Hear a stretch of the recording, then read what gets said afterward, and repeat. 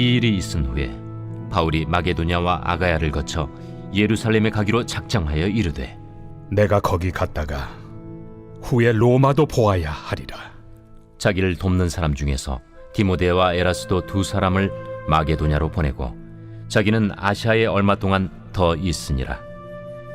그때쯤 되어 이 도로 말미암아 적지 않은 소동이 있었으니 즉 데메드리오라 하는 어떤 은장색이 은으로 아데미의 신상 모형을 만들어 직공들에게 적지 않은 벌이를 하게 하더니 그가 그 직공들과 그러한 영업하는 자들을 모아 이르되 여러분도 알거니와 우리의 풍족한 생활이 이 생업에 있는데 이 바울이 에베소뿐 아니라 거의 전 아시아를 통하여 수많은 사람을 권유하여 말하되 사람의 손으로 만든 것들은 신이 아니라 하니 이는 그대들도 보고 들은 것이라.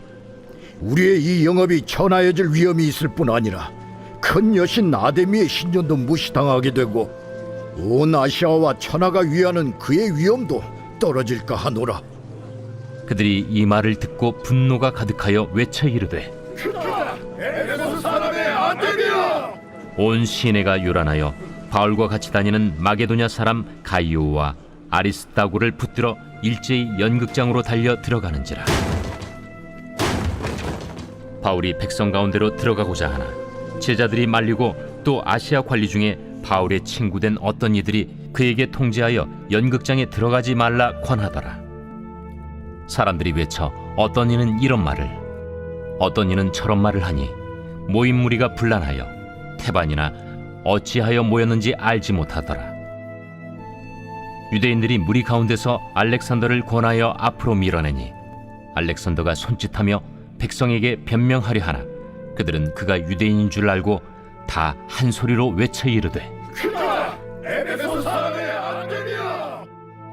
하기를 2시간이나 하더니 서기장이 무리를 진정시키고 이르되 에베소 사람들아, 에베소 씨가 큰 아데미와 제우스에게서 내려온 우상의 신전지기가 된 줄을 누가 알지 못하겠느냐? 이 일이 그렇지 않다 할 수 없으니 너희가 가만히 있어서 무엇이든지 경솔이 아니하여야 하리라. 신전의 물건을 도둑질하지도 아니하였고 우리 여신을 비방하지도 아니한 이 사람들을 너희가 붙잡아 왔으니 만일 데메드리오와 그와 함께 있는 직공들이 누구에게 고발할 것이 있으면 재판날도 있고 총독들도 있으니 피차 고소할 것이요 만일 그 외에 무엇을 원하면 정식으로 민회에서 결정할지라.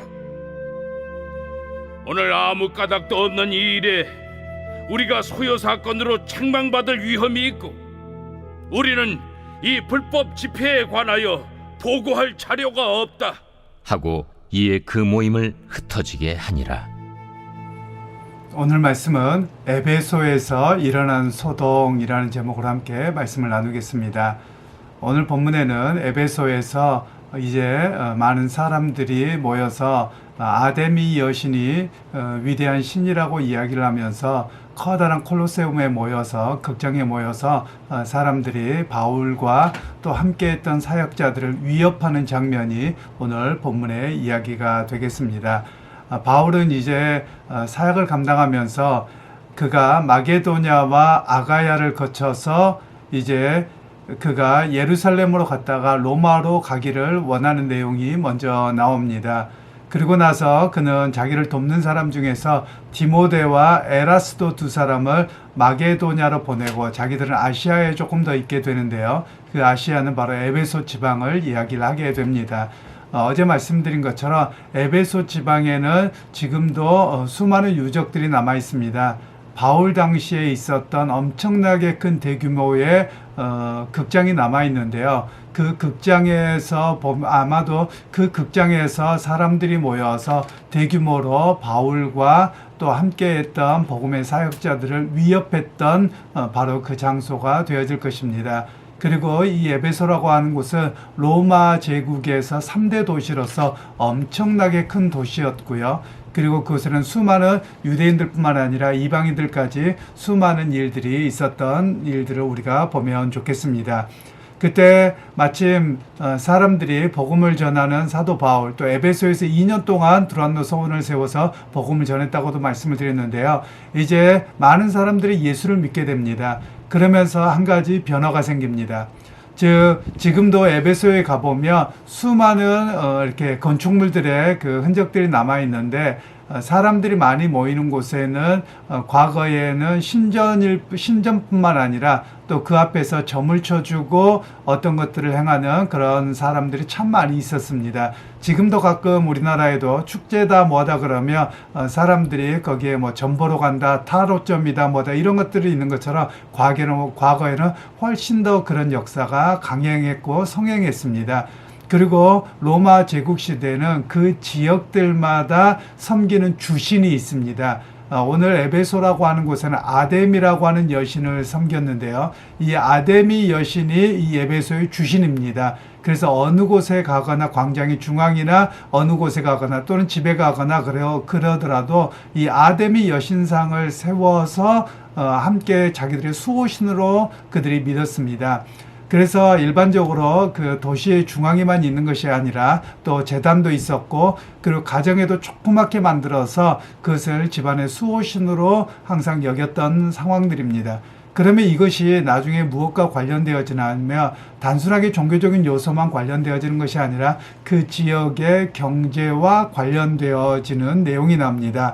그래서 오늘 데메드리오라고 하는 사람이 아데미 신상의 모형을 만들어서 파는 아마도 사장님이었던 것 같습니다. 중요한 사람이었던 것 같습니다. 그 사람이 사람들을 선동해서 이 에베소 극장에 몰고 갑니다.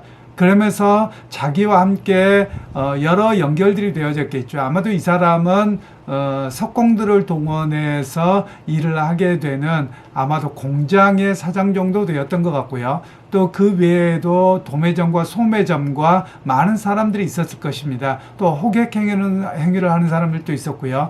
그리고 귀족들이 그 뒤에서 영향력을 미치고 있었을 것입니다. 바로 그런 상황에서 데메드리오가 이야기하기를, 즉 여러분도 알거니와 우리의 풍족한 생활이 이 생업에 있는데, 이 바울이 에베소뿐만 아니라 거의 전 아시아를 통해서 말을 하는데, 사람의 손으로 만든 것들은 신이 아니라니 이는 그대들도 보고 들은 것이라, 이렇게 이야기를 합니다. 그러니까 사도 바울이 손으로 만든 것은 우상에 불과하고 사람의 어떤 욕망을 따라 만들어낸 것이지 진정한 신은 하나님밖에 없습니다 라는 이야기를 하게 됐던 것입니다. 그러니까 많은 사람들이 집안에 있는 신상들을 쪼개고 그리고 내다버리게 되고 그로 인해서 이제 신상들을 사지 않는 것이죠. 그러니까 이 사람들이 경제적 손실을 입게 되었던 겁니다. 이 경제적 손실 때문에 이 바울과 또 그 일행들에 대해서 굉장히 분노해야 합니다. 그런데 이들이 경제적 손실을 가장한 경제적 손실이 문제였지만 실질적으로는 종교적인 문제로 이것을 발전시킵니다. 그래서 아데미 여신이 우리의 주신이요 수호신인데 그를 인정하지 않은 바울은 결국 우상숭배자고 또 우리 도시를 해롭게 하는 그런 사람이다. 이렇게 해서 고소를 하게 되고 사람들을 모아서 무리로 때로 모여서 데모를 하는 그런 내용이 되어버렸습니다. 그래서 그런 이야기를 듣고서 많은 사람들이 분노하면서 에베소의 아데미여 하면서 사람들이 우우하고 몰려들게 됩니다. 그래서 가장 많이 모이는 것이 극장인데요. 몇만 명이 모이는 극장입니다. 그곳에 모든 사람들이 그 연극장에 들어가서 계속해서 이야기를 합니다. 그때 유대인들이 무리 가운데 알렉산더를 권해서 좀 대화를 하고 또 문제를 이야기하려고 하는데 사람들이 듣지 않습니다. 오직 자신들의 목적을 위해서 위대한 아데미여라고만 계속 외치는 그런 상황이 되어버렸습니다. 서기장이 사람들을 진정시키면서 이야기를 하는 내용이 35절부터 나옵니다. 그들에게 말할 때 에베소 사람들아, 에베소가 큰 아데미와 제우스에게서 내려온 우상의 신정지기가 된 줄을 누가 알지 못하겠느냐. 즉 이 아데미와 제우스 상을 섬기는 신전지기의 역할을 맡은 곳이 바로 이 에베소여서 에베소의 위대함을 우리가 다 알고 있다라고 이야기를 합니다.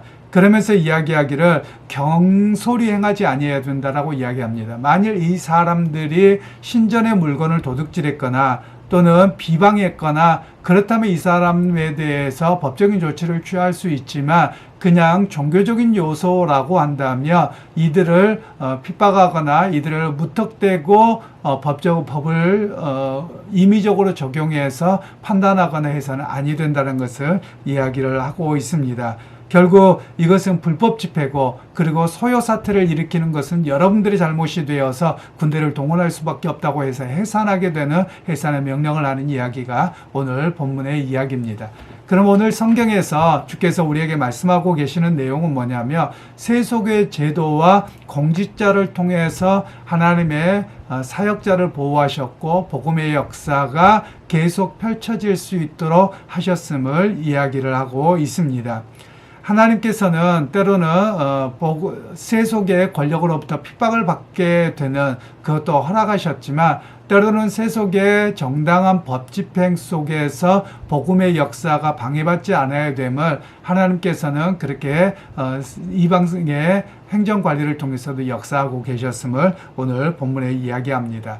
그러면서 어제 말씀과 오늘의 말씀을 한 가지를 비교하게 합니다. 어제 말씀에는 수많은 박사들, 즉 무당들이 자신들의 바로 헛것을 가르치고 있고 사람들을 속이는 것을 깨닫고서 그들이 가지고 있는 도서 5만 권을 팔아버렸습니다. 재산상의 손실이고요. 자기의 생계를 버림입니다. 그런데 오히려 그에 반해서 오늘 만난 사람들은 경제적 손실을 입은 것으로 인해서 오히려 종교적인 문제로 비화시키고 그리고 사회 질서를 문란시킨다라는 것으로 비화시켜서 바울과 그 일행을 핍박하고 있는 내용이 오늘 비교를 하도록 우리에게 말씀하고 있는 내용입니다.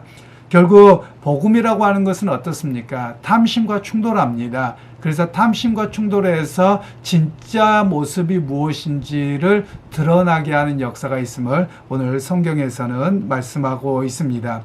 오늘 많은 종교가 마찬가지입니다.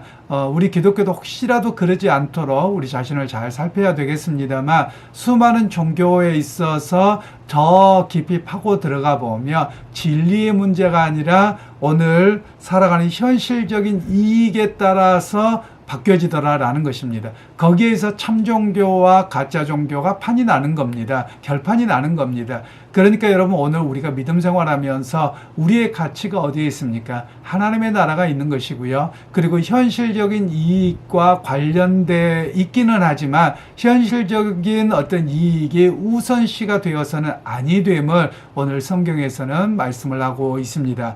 그래서 오늘 복음이라고 하는 역사, 하나님의 구원의 역사, 은혜의 역사는 어떤 것입니까? 세상의 종교는 현실적인 이익이 가장 중심이 되어서 그것을 따라 움직이는데 복음의 역사는 그것을 뛰어넘어서 영혼의 구원과 하나님의 백성으로 회복됨의 역사 그리고 온갖 우상과 탐심으로부터 벗어나게 하는 역사가 바로 복음인 것을 또 기독교의 함을 우리에게 말씀하고 계시는 겁니다.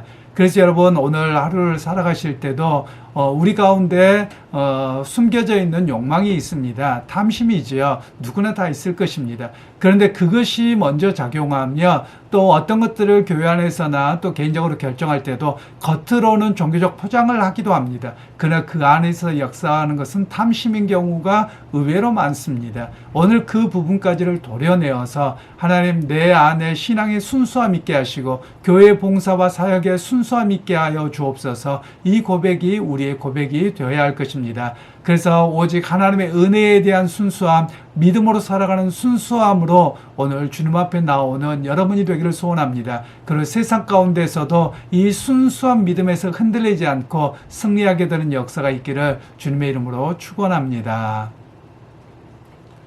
하나님 아버지, 오늘 에베소에서 일어난 소동의 문제의 직접적인 원인은 경제적인 것이었던 것을 오늘 봅니다.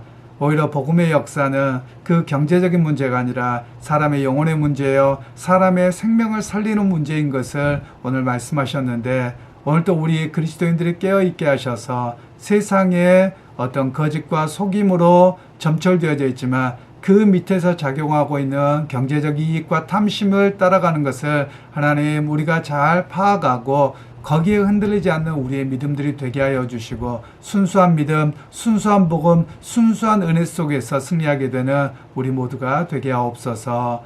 예수님의 이름으로 기도하옵나이다.